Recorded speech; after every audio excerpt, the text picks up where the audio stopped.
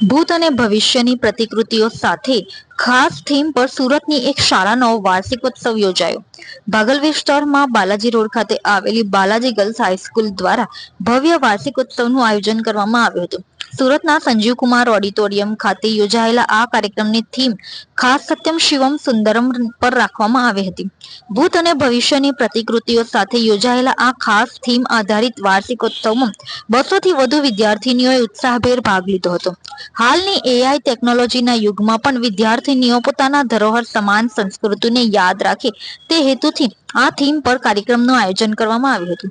શાળાની ભૂતપૂર્વ અને હાલની વિદ્યાર્થીનીઓએ એક જ મંચ પર સાથે મળીને સંસ્કૃતિને લગતી અલગ અલગ પ્રતિકૃતિઓ દર્શાવીને અદ્ભુત પરફોર્મન્સ આપી સૌને મંત્રમુગ્ધ કર્યા હતા. આ વાર્ષિકોત્સવ કાર્યક્રમમાં મુખ્ય મહેમાન તરીકે સુરતના જાણીતા ઉદ્યોગપતિ કેપી ગ્રુપના full time director Afan Farooq Patel સહિત સાર્વજનિક એજ્યુકેશન સોસાયટીના હોદ્દેદારો અને અનેક મહાનુભાવો ખાસ ઉપસ્થિત રહ્યા હતા. સાથે માધ્યમિક અને ઉચ્ચતર માધ્યમિકના આચાર્ય તેમજ પ્રાથમિક વિભાગના આચાર્ય, શાળાના શિક્ષકો, સ્ટાફગણ અને વાલીઓ પણ મોટી સંખ્યામાં હાજર રહ્યા હતા. આ વાર્ષિકોત્સવમાં સત્યમ શિવમ સુંદરમની થીમ પર આપણી સંસ્કૃતિની અલગ અલગ ઝાંખીઓ તથા ટેકનોલોજી યુગની ઝાંખીઓ રજૂ કરી શાળાની વિદ્યાર્થીનીઓએ સૌને પ્રભાવિત કર્યા હતા. હું ભદ્રા ધીમન જોશી.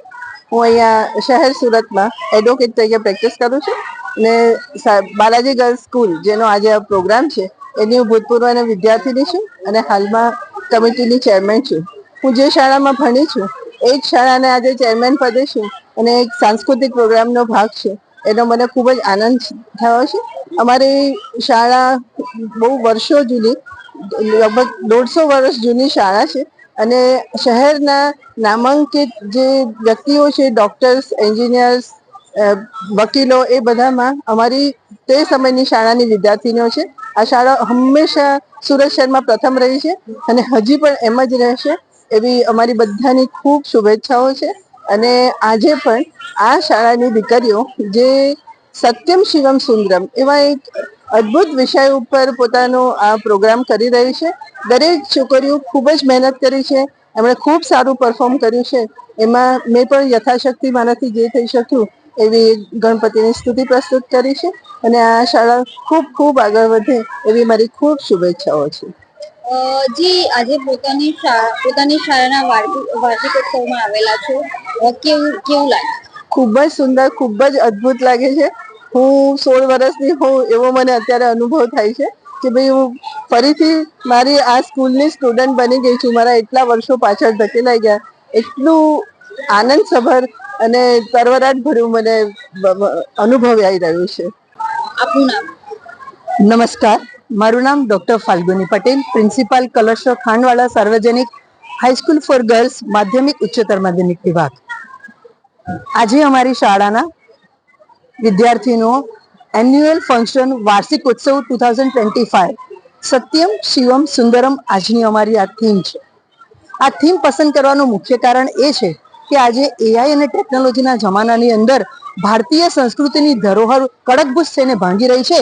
ત્યારે ભારતીય મૂલ્ય અને તેની ધરોહરને અકબંધ રાખવા માટે આજના યુવાનોમાં નવચેતના પ્રગટાવવા માટે, દેશદાઝ પ્રગટાવવા માટે એક ઉમદા અને સ્તુત્ય પ્રયાસ કર્યો છે.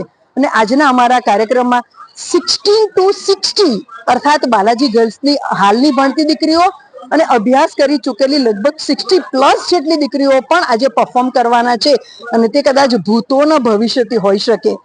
અને આ થીમને આનુષંગિક તમામ સોંગ સિલેક્શન, કોસ્ચ્યુમ્સ, મેકઅપ, પરિકલ્પના, સંકલ્પના અને મહેમાનો પણ આજે કેપી ગ્રુપના king of the solar king અને Shri Afan Patel whole time director પધારી રહ્યા છે. સાર્વજનિક એજ્યુકેશન સોસાયટીના તમામ ઉચ્ચ પદાધિકારીઓ પણ અત્યારે ટૂંક સમયમાં પધારી રહ્યા છે અને કાર્યક્રમની શોભામાં અભિવૃદ્ધિ કરી રહ્યા છે. લગભગ 235 થી વધારે દીકરીઓ આજના આ કાર્યક્રમમાં ભાગ લીધો છે અને વાલીઓ, તમામ બાલાજી પરિવાર ખૂબ ઉત્સાહપૂર્વક આજના કાર્યક્રમને માણી રહ્યા છે. આશીષ વકીલ, સાર્વજનિક એજ્યુકેશન સોસાયટીનો અધ્યક્ષ છું. આજે કયો કાર્યક્રમ રાખવામાં?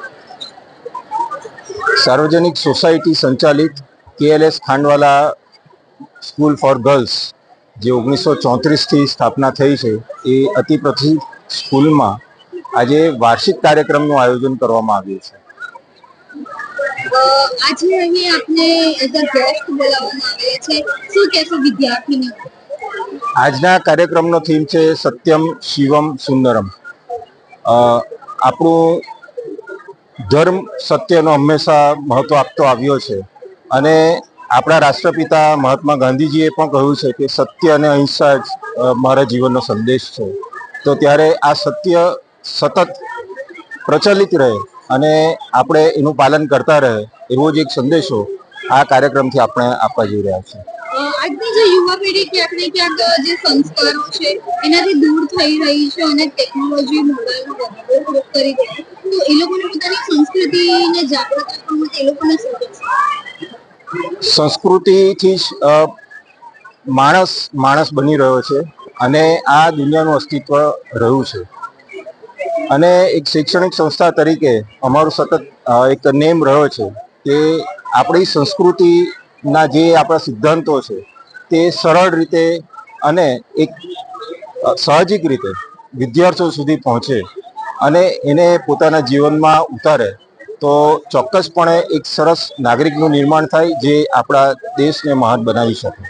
અને એના માટે ફક્ત વિદ્યાર્થીઓ નહીં, આજના કાર્યક્રમમાં સોસાયટીના સભ્ય જે આ સંસ્થાના સ્થાનિક વહીવટી સમિતિના અધ્યક્ષ પણ છે તે પણ આજે કાર્યક્રમમાં પ્રસ્તુતિ આપવાના છે.